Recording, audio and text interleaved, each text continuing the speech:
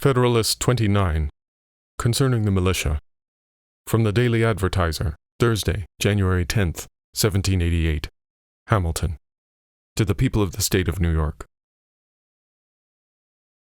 The power of regulating the militia, and of commanding its services in times of insurrection and invasion, are natural incidents to the duties of superintending the common defense, and of watching over the internal peace of the Confederacy. It requires no skill in the science of war to discern that uniformity in the organization and discipline of the militia would be attended with the most beneficial effects whenever they were called into service for the public defense.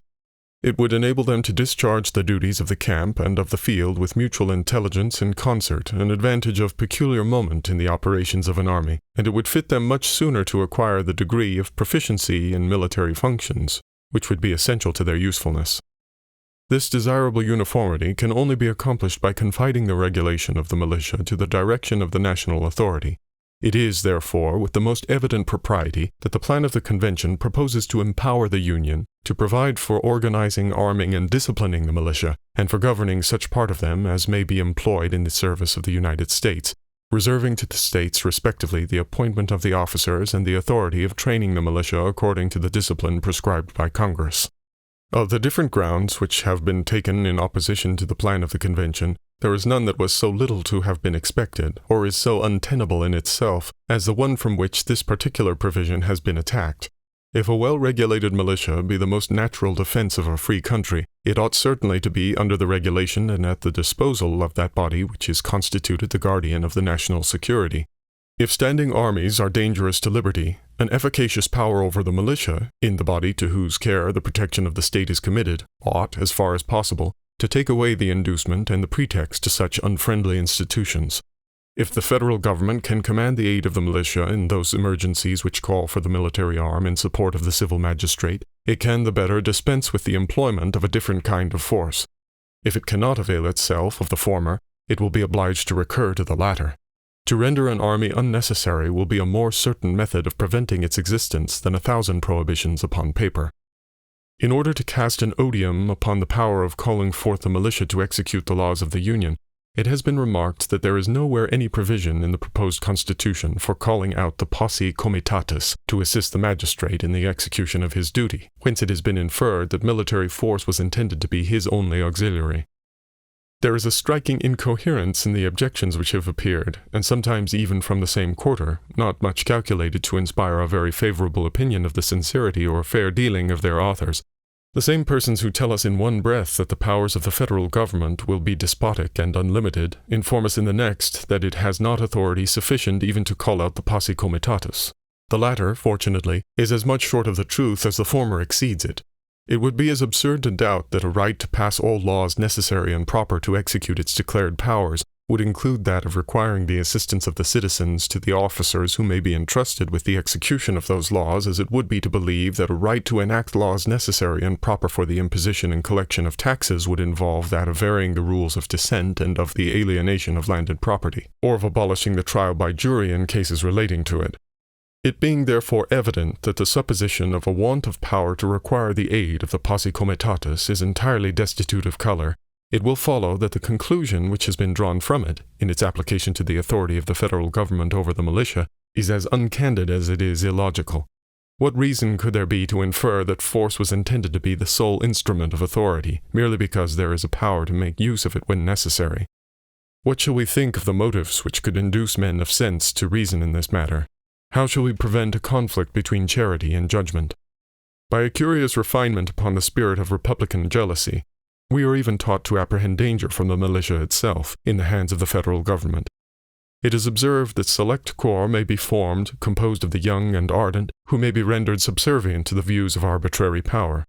What plan for the regulation of the militia may be pursued by the national government is impossible to be foreseen. But so far from viewing the matter in the same light with those who object to select corps as dangerous were the Constitution ratified, and were I to deliver my sentiments to a member of the federal legislature from this state on the subject of a military establishment, I should hold to him, in substance, the following discourse. The project of disciplining all the militia of the United States is as futile as it would be injurious if it were capable of being carried into execution. A tolerable expertness in military movements is a business that requires time and practice. it is not a day or even a week that will suffice for the attainment of it. To oblige the great body of the yeomanry and of the other classes of the citizens to be under arms for the purpose of going through military exercises and evolutions, as often as might be necessary to acquire the degree of perfection which would entitle them to the character of a well-regulated militia, would be a real grievance to the people and a serious public inconvenience and loss. It would form an annual deduction from the productive labor of the country to an amount which, calculating upon the present numbers of the people, would not fall far short of the whole expense of the civil establishments of all the states. To attempt a thing which would abridge the mass of labor and industry to so considerable an extent would be unwise, and the experiment, if made, could not succeed, because it would not long be endured.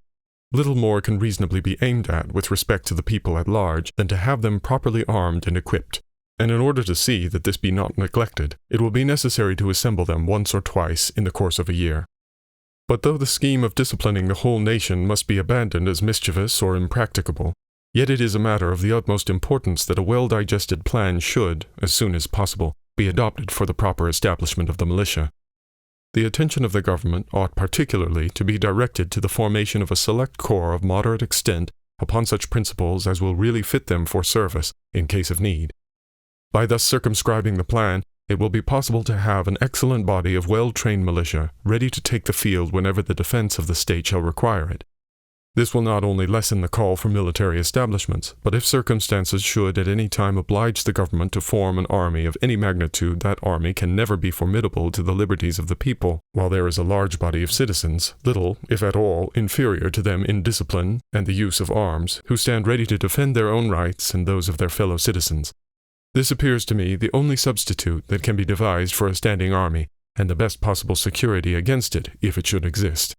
Thus differently from the adversaries of the proposed Constitution should I reason on the same subject, deducing arguments of safety from the very sources which they represent as fraught with danger and perdition. But how the national legislature may reason on the point is a thing which neither they nor I can foresee. There is something so far-fetched and so extravagant in the idea of danger to liberty from the militia that one is at a loss whether to treat it with gravity or with raillery, whether to consider it as a mere trial of skill like the paradoxes of rhetoricians, as a disingenuous artifice to instill prejudices at any price, or as the serious offspring of political fanaticism. Where in the name of common sense are our fears to end if we may not trust our sons, our brothers, our neighbors, our fellow citizens? What shadow of danger can there be from men who are daily mingling with the rest of their countrymen, and who participate with them in the same feelings, sentiments, habits, and interests? What reasonable cause of apprehension can be inferred from a power in the Union to prescribe regulations for the militia and to command its services when necessary, while the particular states are to have the sole and exclusive appointment of the officers? If it were possible seriously to indulge a jealousy of the militia upon any conceivable establishment under the federal government, the circumstance of the officers being in the appointment of the states ought at once to extinguish it. There can be no doubt that this circumstance will always secure to them a preponderating influence over the militia. In reading many of the publications against the Constitution, a man is apt to imagine that he is perusing some ill-written tale or romance, which instead of natural and agreeable images, exhibits to the mind nothing but frightful and distorted shapes, gorgons, hydras, and chimeras dire, discoloring and disfiguring whatever it represents, and transforming everything it touches into a monster. A sample of this is to be observed in the exaggerated and improbable suggestions which have taken place respecting the power of calling for the services of the militia. That of New Hampshire is to be marched to Georgia, of Georgia to New Hampshire, of New York to Kentucky, and of Kentucky to Lake Champlain. Nay, the debts due to the French and Dutch are to be paid in militiamen instead of louis d'ors and ducats. At one moment there is to be a large army to lay prostrate the liberties of the people. At another moment the militia of Virginia are to be dragged from their homes 500 or 600 miles to tame the Republican contumacy of Massachusetts, and that of Massachusetts is to be transported an equal distance to subdue the refractory haughtiness of the aristocratic Virginians. Do the persons who rave at this rate imagine that their art or their eloquence can impose any conceits or absurdities upon the people of America for infallible truths? If there should be an army to be made use of as the engine of despotism, what need of the militia? If there should be no army, whither would the militia, irritated by being called upon to undertake a distant and hopeless expedition for the purpose of riveting the chains of slavery upon a part of their countrymen, direct their course but to the seat of the tyrants, who had meditated so foolish as well as so wicked a project to crush them in their imagined entrenchments of power, and to make them an example of the just vengeance of an abused and incensed people? Is this the way in which usurpers stride to dominion over a numerous and enlightened nation? Do they begin by exciting the detestation of the very instruments of their intended usurpations?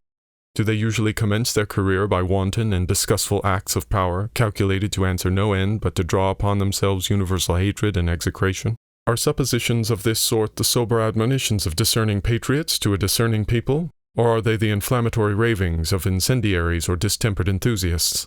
If we were even to suppose the national rulers actuated by the most ungovernable ambition, it is impossible to believe that they would employ such preposterous means to accomplish their designs. In times of insurrection or invasion, it would be natural and proper that the military of a neighboring state should be marched into another, to resist a common enemy, or to guard the republic against the violence of faction or sedition. This was frequently the case in respect to the first object in the course of the late war, and this mutual succor is, indeed, a principal end of our political association. If the power of affording it be placed under the direction of the Union, there will be no danger of a supine and listless inattention to the dangers of a neighbor, till its near approach had superadded the incitements of self-preservation to the too feeble impulses of duty and sympathy. Publius.